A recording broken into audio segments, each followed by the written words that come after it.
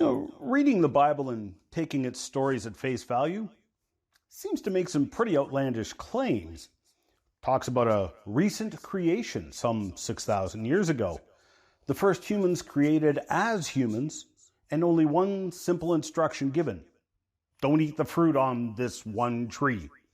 A talking snake asked the two first humans, did God really say that?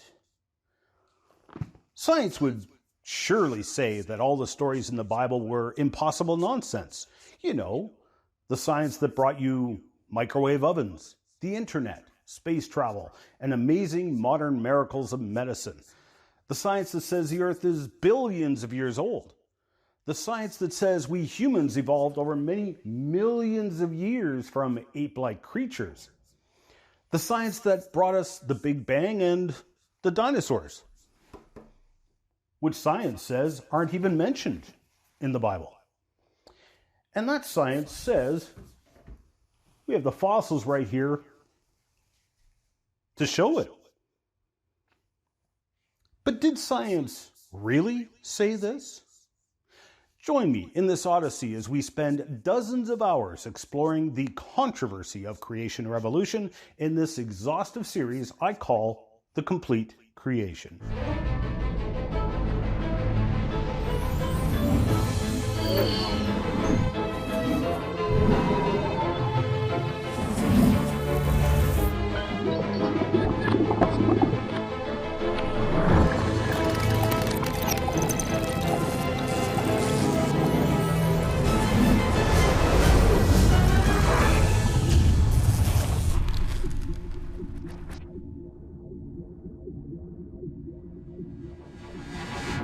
Hello and thank you for joining me. My name is Ian Juby. I am the host and producer of the weekly television show Genesis Week and the founder of Canada's first museum devoted to biblical creation.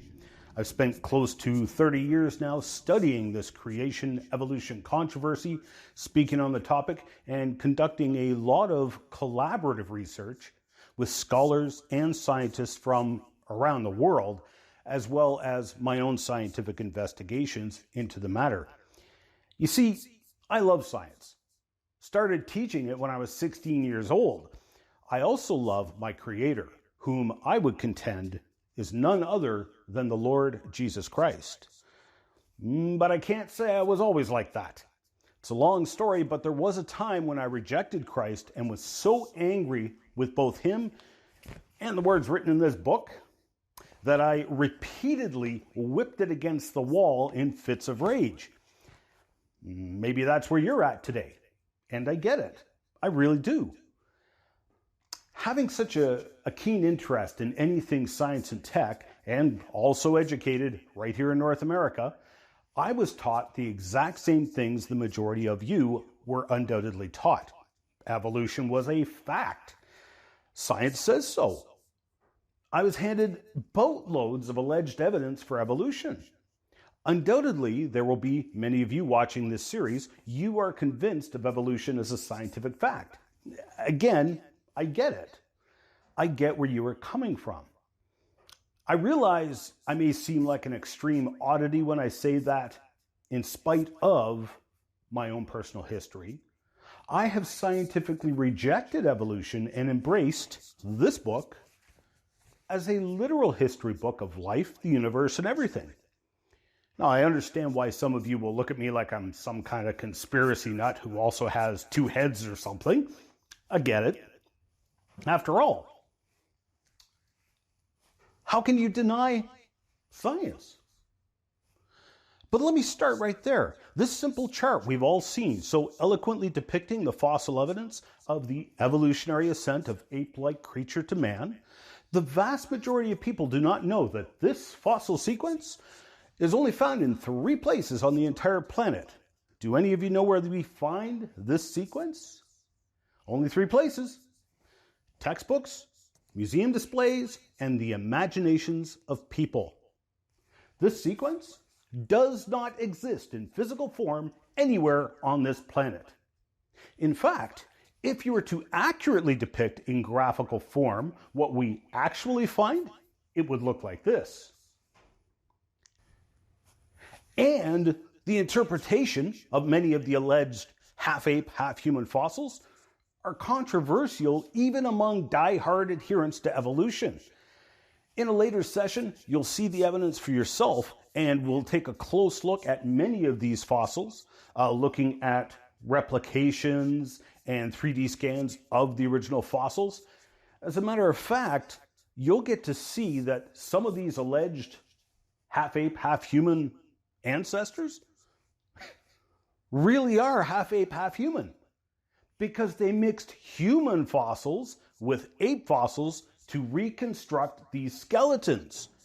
They made a Frankenstein chimera and then claimed it to be proof of evolution.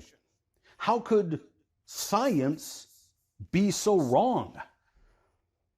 Now, being a vocal proponent of true science, I would like to start this series right there, because we can't determine what science says or does not say until we even know what science is. And unfortunately, there's an incredible amount of ignorance on that very topic. I lay the responsibility for that at the feet of the self-proclaimed science educators. PBS, National Geographic, the National Center for Science Education, Bill Nye the Science Guy, Dr. Neil deGrasse Tyson, and the likes. Interestingly, with each of these individuals or groups, you can see their historic descent into madness when they attempt to defend the theory of evolution. They inevitably contradict and otherwise refute themselves while proclaiming bold statements that reveal their glaring ignorance on what science even is. This descent into madness happens because, as you will see shortly, in order to defend the theory of evolution, you must deny true science. Let me give you some examples so we can learn what science is and is not. Now, a couple of years back, I saw a meme on the internet. An alleged quote attributed to Dr. Neil deGrasse Tyson. I'll be honest with you. When I first saw the meme and read the quote, this is the meme that came to mind. Like the Abraham Lincoln meme, I honestly figured some internet troll had made what he thought was a profound argument, slapped deGrasse Tyson's name on it to give it authority. The alleged quote was profoundly nonsensical.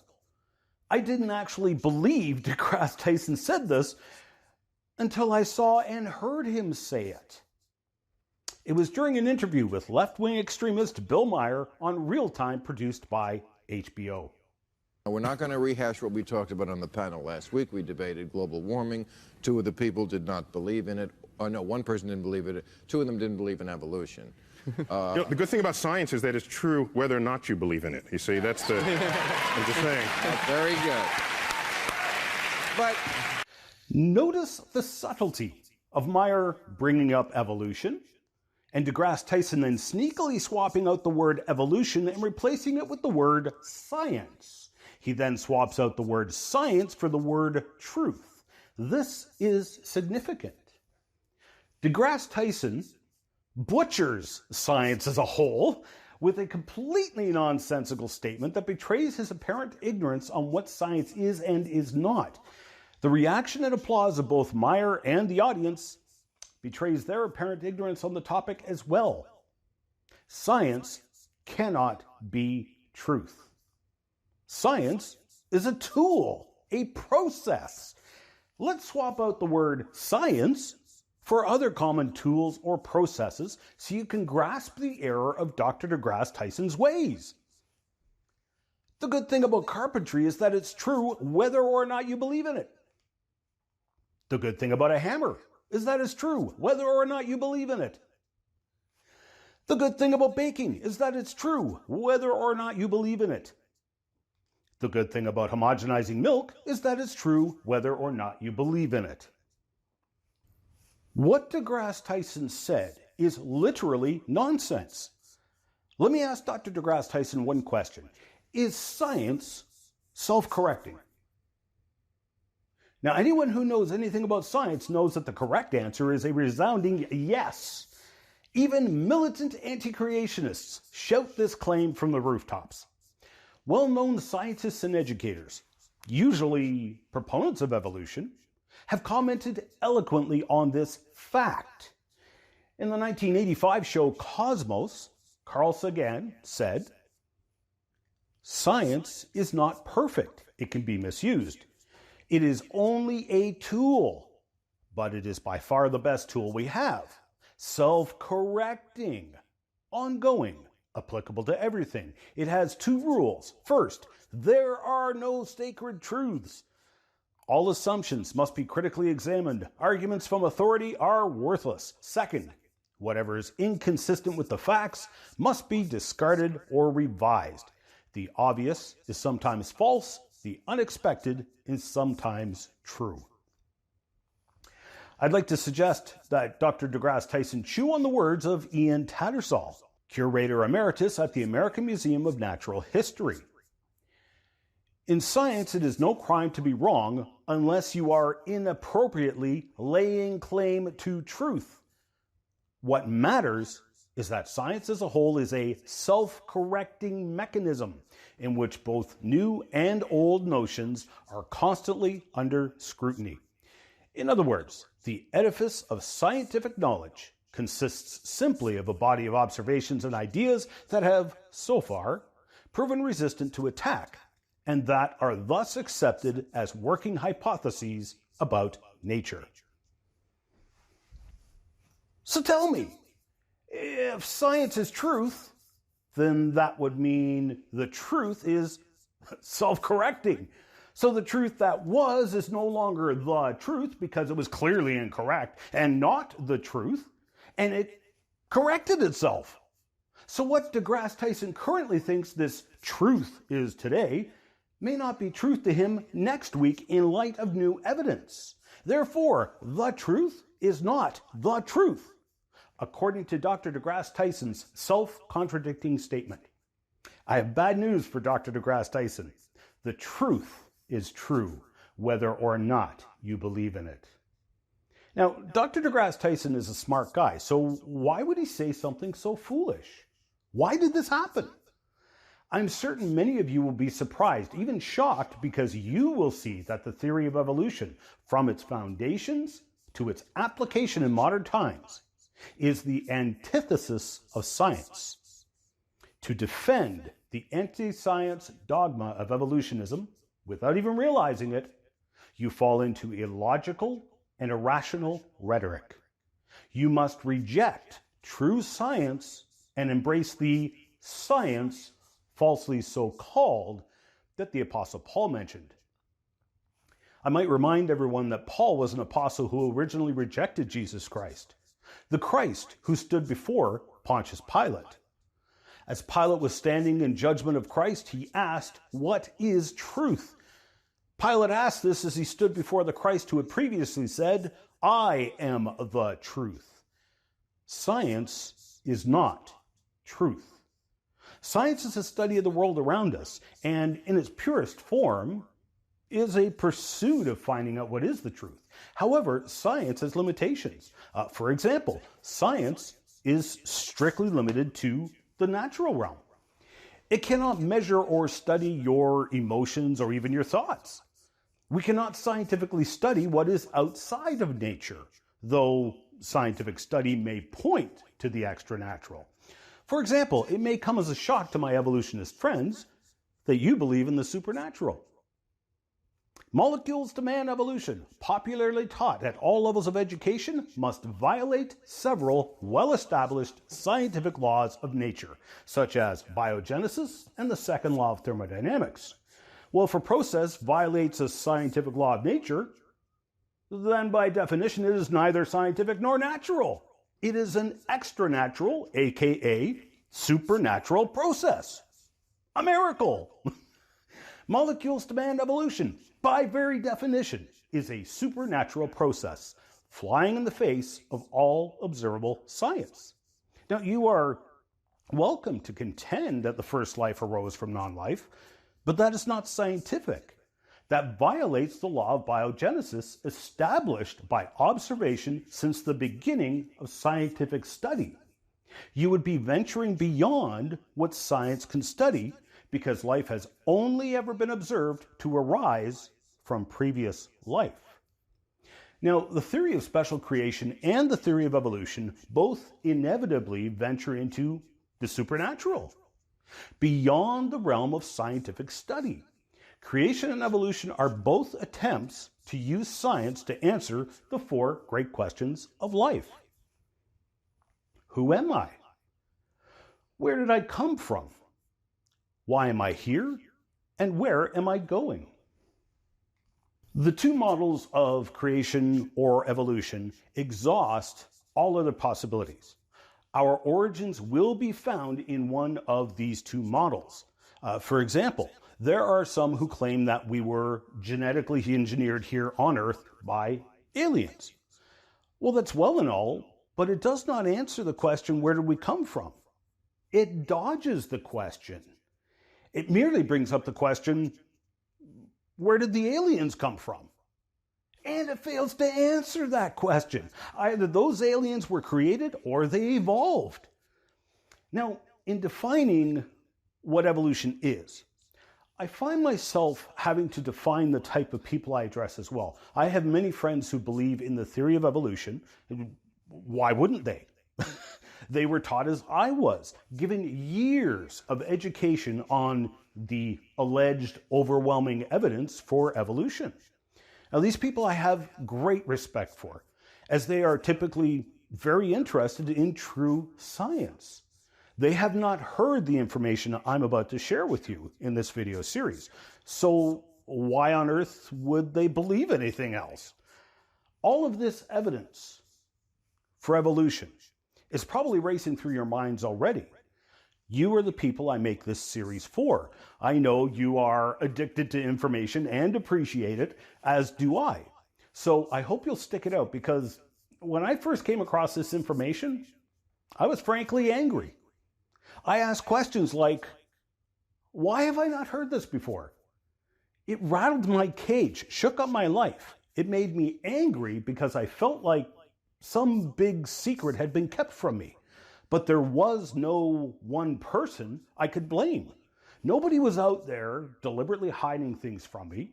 They hadn't heard this information either, even though it's all out there. But it took someone else who was in my current shoes to bring it all to my attention. As you will see, the evidence against evolution is frankly overwhelming. Then there are those people I call anti-creationists. These are people for whom evolution is quite literally a religion.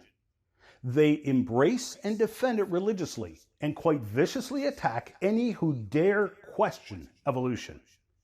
They attack any who would dare present any of the overwhelming scientific evidence refuting evolution, like I am about to do in this series. Attacking those who present scientific evidence is by definition anti-science behavior. And I have to deal with these incredibly rude people on a daily basis. So if I come across as a little harsh sometimes, please bear in mind, I have no patience for the enemies of the truth. I'm getting old and crotchety, and it's the same old, boring and pathetic attacks day in, day out. You'll see as I quote such people throughout this video series, because their ridiculous comments often do bring up good talking points to further demonstrate how the evolution myth is just that, an anti-science myth. My resulting rants may or may not be tempered by how much happy juice I have drank that day.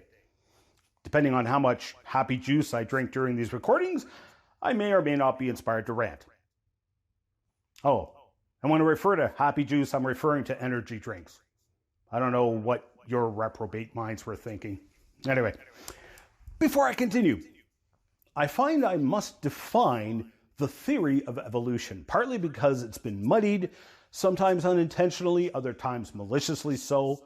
Whenever I refer to the theory of evolution or evolution in this series, I'm referring to the common molecules to man version that is taught in our Western education system. There is microevolution and macroevolution, two very different things, and the anti-creationists often muddy the waters between the two, even going so far as to denying that there are two different kinds. For example, a very common evidence presented in evolutionary textbooks is the peppered moths. When they rest on light-colored trees, the dark-colored moths stand out and are thus spotted by predators first and eaten. Then, when the Industrial Revolution took place in England and the trees were all darkened from soot, suddenly the lighter-colored moths were eaten first, and thus the moth population shifted from the majority being dark-colored moths. Or, so the story goes. Even if that story was actually accurate, it is not, that would be a classic example of microevolution. The peppered moths have evolved into peppered moths. Those are changes within the kind of organism and in the population. But the moths have not evolved, say, a stinger to defend against predators, which requires the generation of new genetic code from multiple organs, such as, poison generation and storage, or a stinger with which to administer such poison. This would venture into the realm of macroevolution, major organismal changes which require new genetic information and start to clearly make a new kind of organism. I think we would all agree we would no longer call such a creature a peppered moth. We would call it something with a lot more panache, like, death moth with a touch of pepper or something. Now, microevolution is a fact. No one denies this happens. But it is a non sequitur to say that microevolution, which can be observed, leads to macroevolution, which has never been observed in all of scientific history. Macroevolution is what is required by the molecules to man, or universal common ancestry theory of evolution. And I challenge you to find even one observed example in all of scientific history of macroevolution. Throughout this series, unless I specifically say otherwise, whenever I refer to the theory of evolution or evolution, I am referring to the macroevolutionary universal common ancestor theory of evolution. Science is based on several principles: testability, observation, repeatability, predictability, and falsifiability. So for something to be scientific, it must be observable, repeatable, predictable, and falsifiable. We may not understand how gravity works, but we can sure test and observe its effects. If you fall off a ladder, boy, gravity takes over real quick. You can precisely measure its observed effects. You can predict its effects with surprising accuracy because the effects are repeatable. Falsification is very important in science, and in fact, some would argue that you do not prove something in science. You can only disprove or falsify something with science. Hence the reason it is so important to have ways to be able to falsify a model to demonstrate its plausibility. With the two conflicting models of creation and evolution, we may not be able to prove one model or the other, but we can certainly disprove or falsify one of them. Especially because the two models exhaust all other possibilities, then whichever model remains standing is the one which is most likely correct, scientifically speaking, regardless of whether or not the model ventures into the supernatural. Lastly, in closing, I think it's incredibly important to clarify what science says or does not say. Science says nothing. It is scientists who make claims which are typically based on their interpretation of scientific evidence. Now, as they say, scientists have shown that 87% of the population will believe any claim if they claim that scientists said it. But those scientists are only human. Their claims are limited to their own knowledge, biases, preconceptions, and yes, even errors. In the next lecture, we will look more in depth into the scientific evidence we do have that you never seem to hear about. And for one reason or another, many scientists never seem to want to talk about it. Coming up in the next Complete Creation. This is precisely what Lyell did with his catchphrase, "The present is the key to the past." In one short sentence, he presented his case and ruled out a historic global flood from the picture without even mentioning it. He replaced history with his story, a story of deep time, millions of years, maybe hundreds of millions of years of present-day processes. Now, this is an excellent legal tactic, but is it scientific?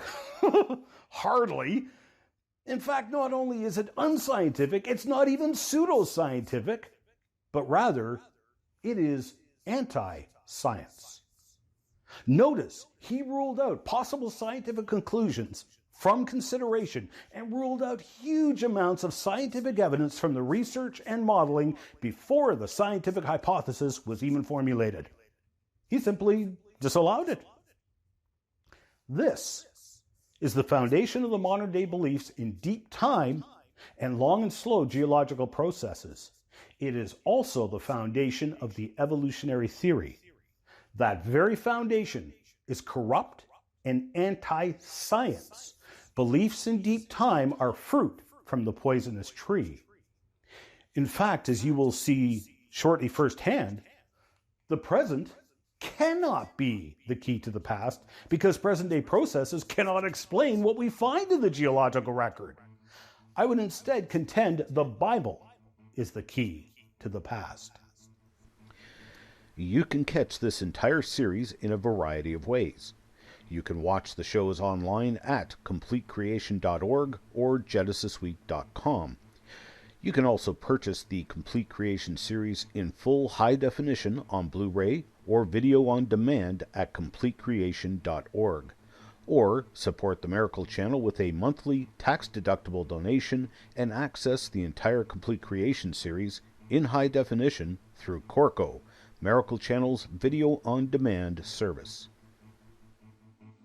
We need your support to keep the program on the air. Please pray for us.